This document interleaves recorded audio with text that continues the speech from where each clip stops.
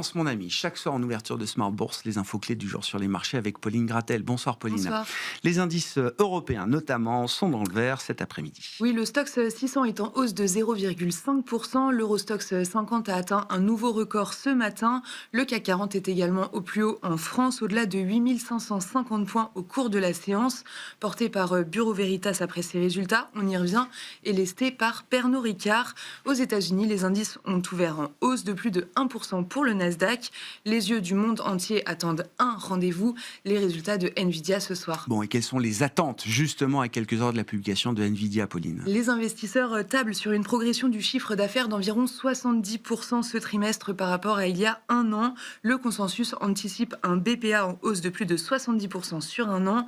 Les investisseurs seront aussi très attentifs aux prévisions, avec des investissements records en infrastructure IA. Si Nvidia anticipe une croissance ralentie sur les prochains trimestres, les investisseurs pourraient le sanctionner. En attendant, le titre est en hausse de plus de 1%. Oui, en attendant les résultats de Nvidia, la micro était déjà très présente au cours de cette séance avec beaucoup de publications à digérer. Oui, on a pris connaissance de ceux de Bureau Veritas dont le titre progresse de plus de 5%.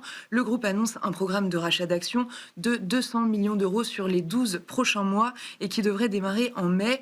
Les résultats sont salués et se révèlent globalement conformes aux attentes en 2025. Concernant les prévisions de chiffre d'affaires, elles se situent dans le haut de la fourchette. Bureau Veritas prévoit aussi une importante génération de cash flow et une marge opérationnelle en hausse.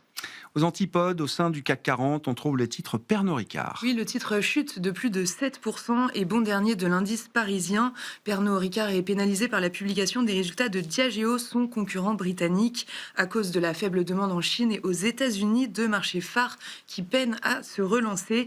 Diageo est contraint de baisser à nouveau ses prévisions pour 2026. Le titre plonge de 15%. Et puis hors CAC 40, on notera la réaction très positive à la publication d'un groupe comme SEB. Oui, le titre s'envole de 10%. Le groupe fait état de résultats supérieurs aux attentes. SEB a présenté son plan rebond qui prévoit notamment de se séparer de 7% des effectifs en supprimant plus de 2000 postes à travers le monde, dont 500 en France et sur la base du volontariat.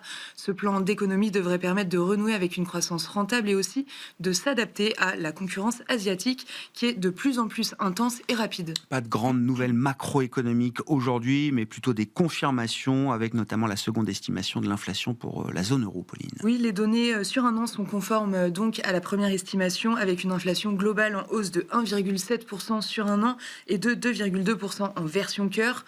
On a aussi regardé la croissance allemande du quatrième trimestre en seconde lecture qui est confirmée en hausse de 0,4% sur la période. Que nous disent les grands marchés macro aujourd'hui, à commencer par les marchés obligataires? En Europe, le rendement allemand à 10 ans est toujours très stable autour de 2,70%. Aux États-Unis, le rendement de même échéance évolue autour de 4,05%. Sur le marché des changes, le dollar est stable face à un panier de grandes devises avec un euro-dollar sous 1,18. L'or, l'argent, le cuivre et l'aluminium sont en hausse et le bitcoin aussi de 5%, repassant ainsi au-delà de 65 000 $. Quels seront les temps forts à l'agenda demain pour les investisseurs? Au-delà donc de l'arbitrage des comptes de Nvidia sur les marchés demain, on attend donc aussi les résultats de Salesforce ce soir qui seront donc aussi arbitrés demain. En France, Schneider Electric, AXA, Engie, Saint-Gobain, Veolia, Bouygues et Stellantis sont attendus demain. Tendance, mon ami, chaque soir en ouverture de Smart Bourse, nous retrouvons Pauline Gratel qui vous apporte les infos clés du jour sur les marchés.